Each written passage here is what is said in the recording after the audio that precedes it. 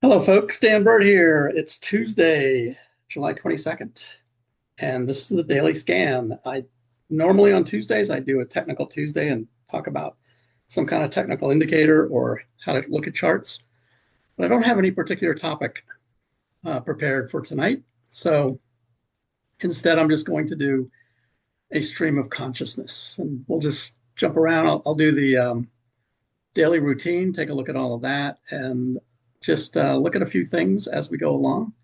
So hope you'll bear with me. Please like and subscribe if you want this channel to continue. And also, if you have any questions or want me to look at anything, let me know that as well. Be happy to do it. So as always, I am not a financial advisor. This is for educational purposes only. And one of the things we'll talk about is the Magnificent Seven, or the large cap tech stocks. Are they the ones that could tame the bull? They've got earnings coming up the next week or two. In fact, tomorrow are two very important ones that may make a big difference. So we'll take a look at that. Just a quick note, Stock Charts is offering a special for the summer. So if you're interested, just go to my website, breakpointtrading.net. Right here, this is where you can find the YouTube channel, the free newsletter, lots of other really great stuff. And just click on this button right here at the top, and it will take you over to Stock Charts offering. And you can read through it and see if it makes something that looks interesting for you. But it runs until July 26th. It's a great platform and something that I use. All of my charts, most of my charts are using Stock Charts. So I highly recommend it. So let's take a look first. Actually, what I'm going to do is go to the home page and I'll look at the charts themselves. You can see the market bias matrix right now here. This is the day over day, week over week. It kind of gives you a sense for the trends. So we went from all greens to some yellows, a couple of reds, and we went back to green, and we've got one yellow on the short-term side right now. And if we click on the market bias page, you'll see what the actual chart looks like. This chart is for the overall. So these greens and reds denote which of these are bullish. So on the left-hand side, these are all of the asset classes. So if it's green, it means it's bullish in the short term, medium term, or long term column. And then it shows you in each of the categories, indexes, sectors, industry groups, intermarket relationships, commodities, metals, and currencies, what percent bullish is in each of those. You can see up here in the index section, there's very few that are not bullish. 90%, in fact, are bullish. So that's what makes this 84% overall, and that's what this chart is based on. And it just keeps on going up. So the market doesn't want to stop. It just keeps going up. It's pretty amazing. I've added a couple of things to this, actually. I added this one right here, which is robotics. So this is an ETF for robotics. So I'll be tracking this now. You can see it just yesterday got a long-term up signal. So if you're interested in robotics, if you want to play this particular ETF, then you can buy this just like a stock and just wait for my signals for a short term, medium term, or long term. Preferably the short term is what you want to look for, because that's the best time to get in. So those will appear in these columns as soon as one changes, like this right here. This one just changed. That's XLP. So XLP is the staples sector. You can see right here, it just gave a short-term up signal. It will probably give a medium-term up signal on tomorrow, on Wednesday. So that's how it works. Basically, if I know this is kind of hard to read because it's small, but if you just click up here, the download, you'll download the whole spreadsheet, and it's much more clear, of course, and it also has the links right in there. So that's one that I added was robotics, and I also added platinum down here. Platinum is right here in the metals section. So I added platinum last week. That just keeps going higher. And I also added DBC. This is these are the commodities right here. DBC. You can see commodities have been pretty much going sideways right now. So those are all in the bias matrix now. You can see there's quite a few bears in the short term, and notice the short term over here, the orange one, starting to go down even as the medium term and the long term continue to go up. So typically the short term is what changes first. So we'll have to keep an eye on that and see what happens. But right now, it got quite a few bear squares in here today. And this is updated every day right around the market close, sometimes a little before the market close. So just a very easy, quick way to see what's going on in the market. One thing I want to look at, excuse me, real quick is, we'll use this one. One of the ones I talked about earlier that somebody asked me about, and they were asking me if they should get out or not. And when we looked at this earlier today, it was actually way up here. And I said, actually, I think it was yesterday. So this was a big, huge candle that went up. If we look at this on a longer term basis, in fact, we go out to a weekly, way out here, I said it's right at resistance on a weekly basis. Yeah, this is the one we looked at. On a weekly basis, it's right at resistance right here. It's right at the 200-day, probably is going to get rejected. Now, this looks to me like a kind of a meme stock. This is one that's going to be highly manipulated, very low price. It made it up to, the high was $5. It's now down to $2.88. So this is the kind of stock that is very highly manipulated. So I would exercise a lot of caution. You can make a lot of money if you get in at the right time, but you can also get in just thinking that everybody else is getting in, because usually when you hear about this, it's when everyone on Reddit or any other website you're looking at is talking about it. And usually those are the ones that are pumping it up so that they can sell up here, and sell to you probably if you're not careful. And that's what happened on this particular candle right here. Now you can see it just went up. If you're using my method, then you would have got in right here. If something you were watching, you would have got in right here at, the close was 61 cents. Look at that, 61 cents. And then you would have just ridden it up. And this day right here, it made it to a high of $5. But you can see it just started coming down all day long. In fact, notice the volume too. So this is a classic pump and dump scheme. Huge volume right here, pushing it higher, and all the ones that are starting to push it up probably on the volume bar right here when it just went above the 200-day moving average. This one right here, these were all the pumpers pumping it up, getting on Reddit, getting on websites, getting everybody excited, saying it's going to the moon. And then they started selling up here. So if we look at this on a daily chart, so it's interesting because we can actually see it's a gap up. We'll go all the way back here to July 15th. Now let's look at it here again.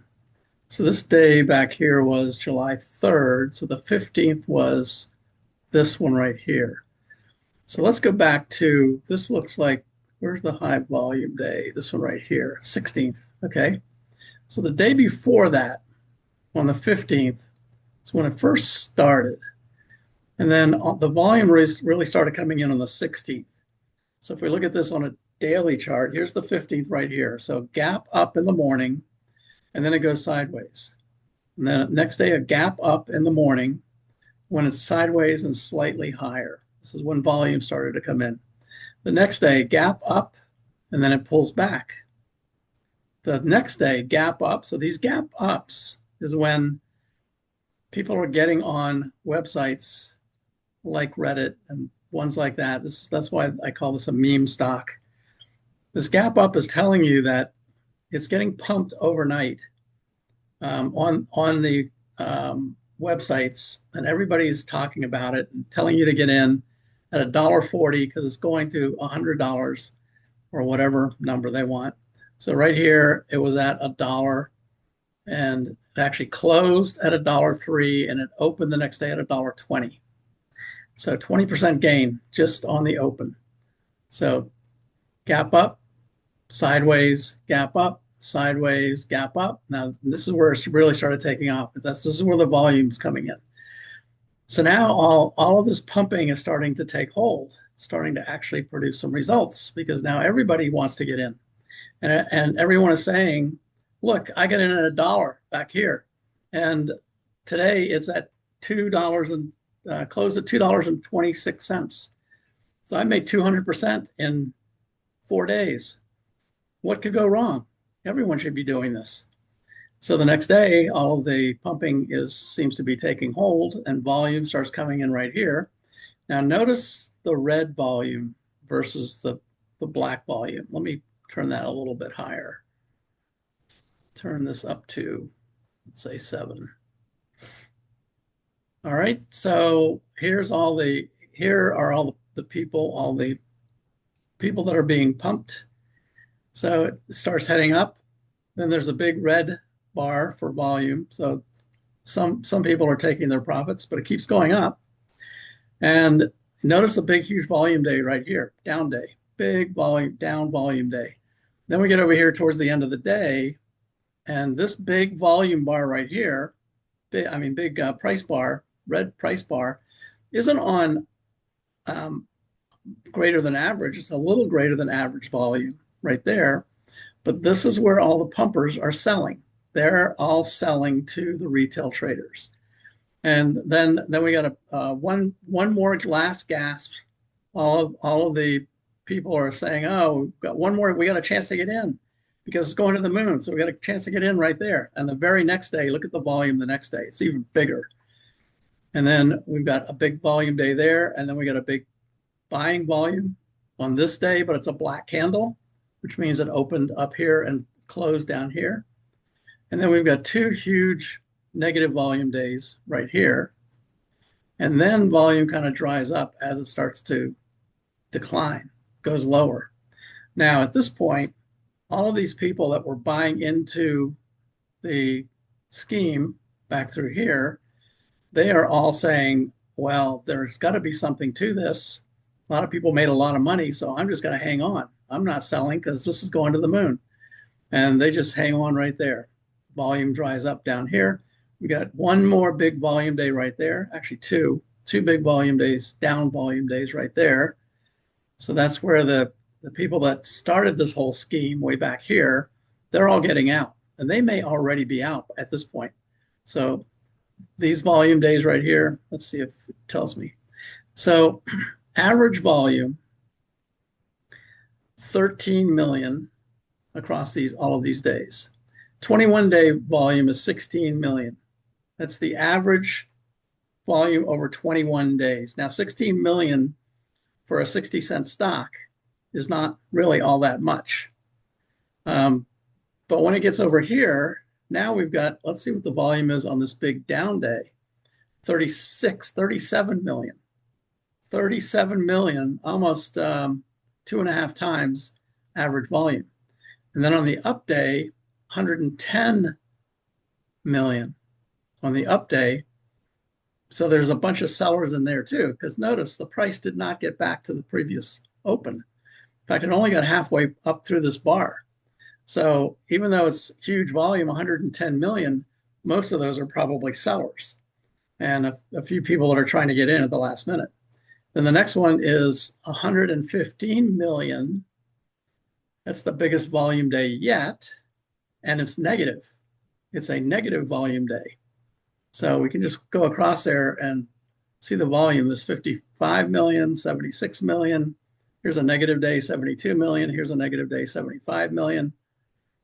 And then it starts dropping off. And we get over here, only 6 million. So now we're down to back to pretty much below the average, the 21-day average. Now remember, this 21-day average includes all of these big volume days right here. If I go back, let's define a range, and let's go back to, let's see, today's the 22nd. Let's go back to the 8th and look at it through the 15th. And let's see what the volume here looks like. All right, so 21 days here. Actually, this is going to incorporate all of the 21 days, so that's not really going to work for volume. But you can see how low the volume is all these days back here, and then it starts spiking up when the pump and dump scheme started. So conclusion is be careful with low price stocks. There's lots of things that can happen. A lot of things can go wrong. I said earlier today, I think it was when I first looked at this, I said, my suggestion is just get out. I think it's already made its run. It's gone parabolic. That is not sustainable. I would just get out. So I think that was right about there. Let's see, about noon today. So right about noon, right about here. So it was selling for 336 and it ended the day at 288.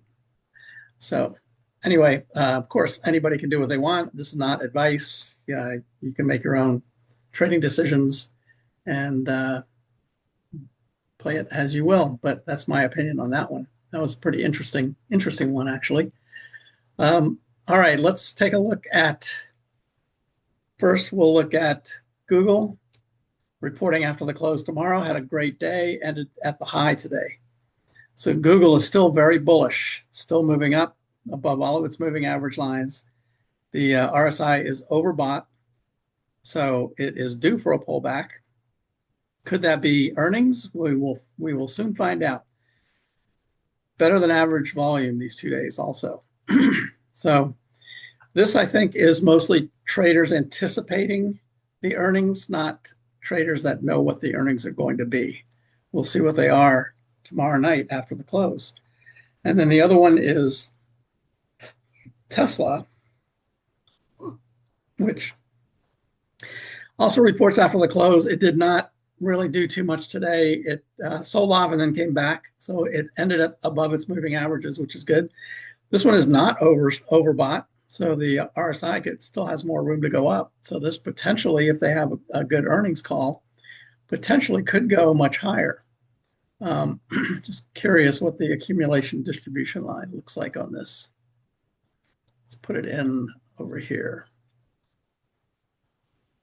So it's been coming down along with the sell-off right here.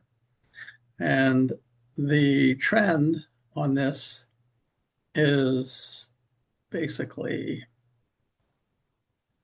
to a trend line basically across there. It's sitting right on its trend line, right on the trend line right now. And you can see as this trend line is going down, the accumulation distribution has been falling off as well.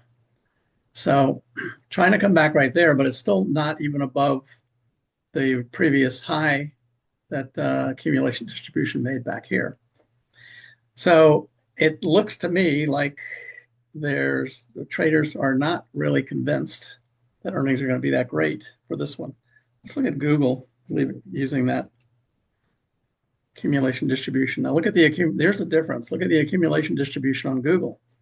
This one clearly people think is going to do well, and it very well could. It is underperforming its peers, like I showed before, but accumulation distribution is going through the roof and it's much higher than the previous highs. So that actually is really positive for Google. So we're going to see between these two tomorrow what actually is going to happen with them. Let's go back to the charts page, and I want to look at now the discretionary area, which I showed before. It was one of the leaders today. Discretionary has a number of other things in it. It has automobiles, which is where Tesla is. Something like 40 to 45% of discretionary is made up of Tesla and Amazon. Just those two right there. So if one of those or both of those start going up or start going down, it will move discretionary. But notice also in discretionary is home construction. Home construction was the lowest in the bottom 10 last week. That's why it's red. It was in the bottom 10 last week.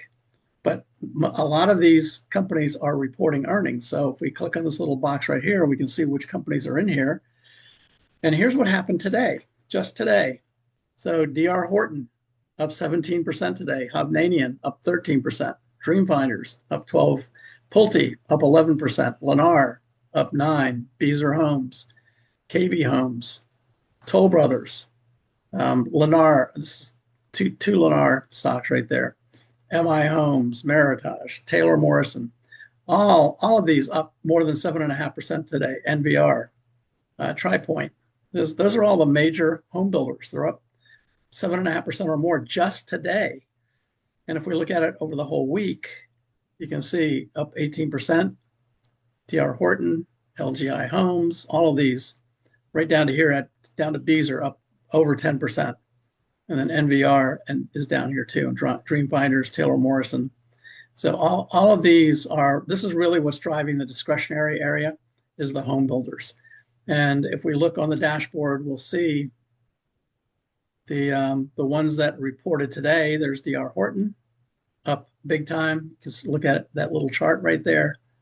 Let's see what else. Here's Pulte, reported today before the open, up from 110 to 120. What else? Century Communities reports tomorrow after the close. That's already up, in sympathy with the other two. So it looks like D.R. Horton and Pulte are the ones that are pushing things up today. What else for tomorrow? MI Homes, that's up. That reports before the open tomorrow. Meritage Homes, this one reports after the close tomorrow. Here's NVR. Big move on NVR, $7,800 stock. That's before the open tomorrow. What else? What else do we have? Taylor Morrison, before the open. Another one up big. Here's Tesla. Tesla's after the close. We've looked at that already. Wyndham, BJ. So as you can see, all of the home builders today and tomorrow, they're going to be reporting. And if they follow suit with the ones that already reported today, then the home builders are the ones that are going to push discretionary higher. And that will be probably positive for the market, regardless of what the Magnificent Seven do. You might call this the Magnificent Seven for home builders. In fact, if we go back, let's see, I don't know where I left that home builder chart right here. So this is for the week. So I don't know what you would call Magnificent Seven for these. D.R. Horton, Hovnanian, Pulte, there's 3, 4, 5, 6, NVR, and maybe Beazer, I don't know. Magnificent Seven for home builders might be the ones that are going to carry the market rather than technology. All right, let's go take a look on the website for our subscribers. On the left-hand side, I have what I call the daily routine. So we're going to look at just a few of these. We'll go down the routine right here. We'll look at the Nasdaq 100. We'll use that one. So this is the weekly trend analysis. And this shows you the trend over the last week. You can see it's definitely higher, continues to go up. But the long-term trend, there's a negative divergence right there. And the medium-term trend, even though it's flat, is also a negative divergence because it should be higher. So the trend is flat while the price goes up. That is a bearish divergence. Now up here you have money flow. You've got the quarterly money flow in the dark green in the front, and the light green is the annual money flow. Both of them are much higher. So the shorter term one, the quarterly, is starting to come down a little bit, but not anything that's overly concerning. But these down here might be a little bit concerning. So let's look at the next one, the big picture, Nasdaq 100. On the big picture, this gives you just an overall daily chart. You can see the breakout right here. So it's just kind of following its 21-day. It is not of any concern yet until it breaks below that 21-day. Then we've got Keltner channels, Keltner charts. Let's see how extended. It's up near the extreme, but it's not really above the 3x. It's above the 2x, but not really an overly extreme position like it was back here in May. And on the negative side, back here in April, that was an extreme that usually bounces up. If you get an extreme on the other side, it goes down. But the reversion to the mean is right here in the middle where the 21-day is, 22,678. So it came down a little bit today, sitting right at the 5-day moving average.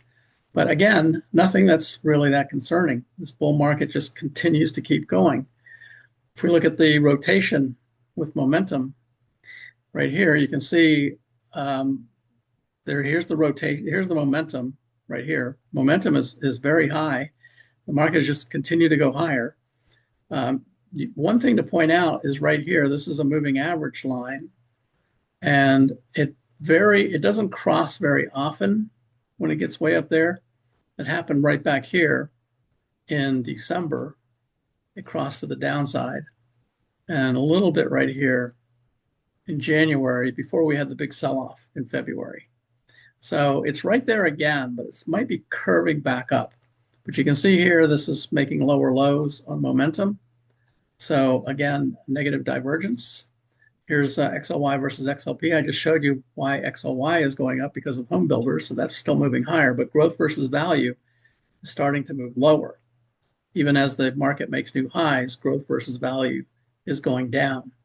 Then if we look at cap weighted versus equal weighted. So here's the cap weighted side made up of just these stocks right here, these 10 stocks. And it is making new highs, but the equal weighted is not. Equal weighted is just going sideways. And this is a relative chart of cap weighted versus equal weighted, which means if it's going down, that means that cap weighted are underperforming the equal weighted. So that might be the precursor of something. And then down here, these are the S&P ones up here, and these are the Nasdaq stocks down here. These are the top 10 Nasdaq stocks. Again, cap weighted is well above, but so is equal weighted. So that these are actually running pretty well together. But again, the cap weighted is starting to roll over when you compare the two. So this basically is the performance of one versus the other. If it's going down, then cap weighted is underperforming equal weighted. That's the big cap tech stocks. That's the Magnificent Seven that does that. So those are the ones that are underperforming right now. Let's look at breadth analysis. This shows you there's the S&P, and these are the advanced decline lines. So Nasdaq advanced decline is still going up. New York Stock Exchange is going up. These are all going up. Large cap, mid cap, small cap. They are not back to previous highs, however. The large cap is just about there right now. New York Stock Exchange is not there. Mid cap's not there. Small cap's not there, even though price is at new highs. So again, it's a little bit of a slowdown. Let's look at bullish percent index. This shows you the percentage of stocks that have bullish configurations. So for the S&P, again, as we continue to make new highs, this one is just going sideways, actually starting to come down now. And the Nasdaq 100, the large cap tech stocks, as the market is making new highs, the percentage of stocks with bullish configurations are starting to decline. It's actually going down to a new low down here now. So that is a little bit concerning. We need to keep an eye on that one. McClellan oscillator for the Nasdaq. This basically is a moving average of the advanced decliners, advancers versus decliners. If the market's moving higher, which it is, you would expect that advancers would outnumber decliners, putting this above the zero line, which it is. It started to come down. It was getting close to going below it, but then started to bounce back up. Again, here's the bullish percent that I just showed you right there. Not a cause for any concern right now, but just something that we have to keep an eye on. The VIX. The VIX is still below 17, so the VIX is still very tame. Right now, it's at 16.5. So the VIX is low. There's not any real panic in the market. Put call ratio, when this is going up, there are more puts. Right now it's coming down, which means there's more bullishness. The 10-year is coming down as well, which should help stocks. So that actually all looks pretty good for the VIX. If we look at the 5-day put call ratio, now it's actually in the 5-day, it's starting to move higher. So more puts, more bearishness, but still in the neutral zone. It's not near the extremes, and that's what you want to look for when these get to the extremes is when you want to watch out. So, and the 12-month rate of change is pretty much flat. It's not really moving much. All right, so all of these things, you can just click through them. Risk on, risk off chart tells you if Wall Street has risk on. this is junk bonds versus 20-year treasuries. It had been moving up. It's now moving down. Again, as the market makes new highs, it's making new highs with very low volatility. In other words, each day it goes up or down by less than 1%. Very small movements up or down. It is slowly going up, but very, very small movements. I'll show you something in a minute about that. So this one's starting to move down slightly. Junk bonds versus high yield corporates is going down. High yield corporates is just beginning to go down. Here's the growth versus value, which I showed before. That's starting to move lower. And discretionary versus staples, that's home builders pushing that one up. So no real concern here either, just that it's beginning to show some signs. We can look at the high-low chart for the Nasdaq over 10 years. And you can see it's primarily mostly highs. Whenever we get a big spike down like this, that's usually the bottom. That happened right there. That was the bottom. So this one right here and this one right here, these were bottoms. So this is a good one to watch as we start to sell off, which we're not doing at the moment. And let's go up here, and then I'll show you one last thing. We'll look at the bottom finder chart for the Nasdaq. Again, Nasdaq is hitting new highs or going up. Today was not a new high, but yesterday was. And percentage of stocks above their 20 is starting to move up again, as are the 50 and the 200. So that's all very positive. So again, things are looking really good. I think going into earnings for those big cap names is what's really going to make the difference. And we'll look at credit spreads. Credit spreads are moving down now. So that is bullish for that to move down. When they start moving up, that's when you have to be concerned.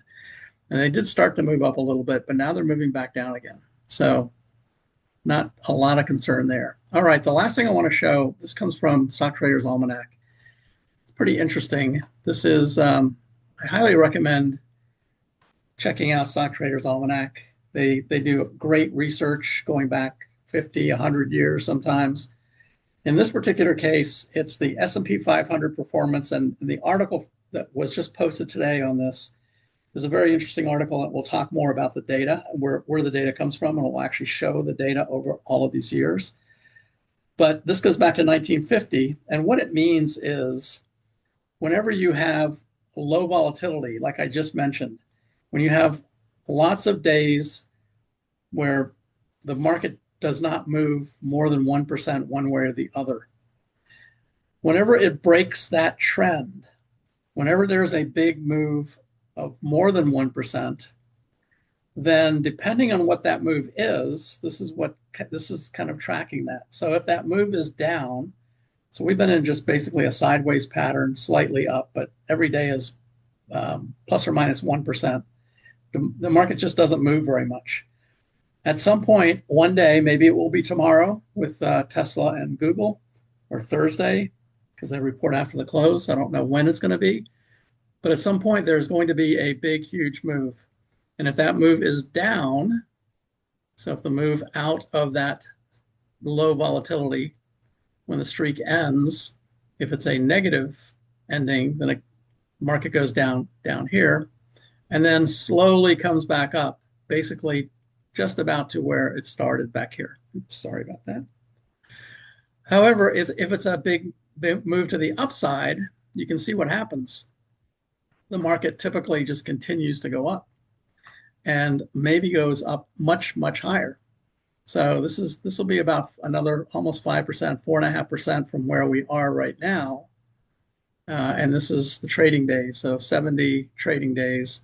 So there's roughly 20 trading days in a month, 20, 40, 60. So there's 3 months right there. So if we get so watch what happens if we get more than a 1% move, whether it's up or down. If that more than 1% is down, then for the next 3 months, we're just going to go sideways. We're going to go down first and then sideways. And 3 months later, which is 60 days, sorry, keep clicking on it. 60 days will bring us right back to where we are right now. So that's basically August, September, October. Those are the 3 weakest months of the year. This is typically what happens during those months. We get back to break even roughly in October, and then the market takes off. On the other hand, if we get a huge uptrend out of that low volatility, then we continue to go higher. So keep an eye on that. I thought that was a very interesting chart. Stock Traders Almanac has that on today's article, and it actually backs it up with all of the data if you want to actually look at the data. Okay, that's it for today. Thanks for watching. Tomorrow at noon, I'll do another daily scan. I'll scan some more stocks, and we'll see what happens with Tesla and Google after the close tomorrow, and more home builders tomorrow too. So thanks for watching, everyone. I appreciate it. Please like and subscribe, and let me know if you have any questions or any comments or anything you would like for me to check out. Thanks.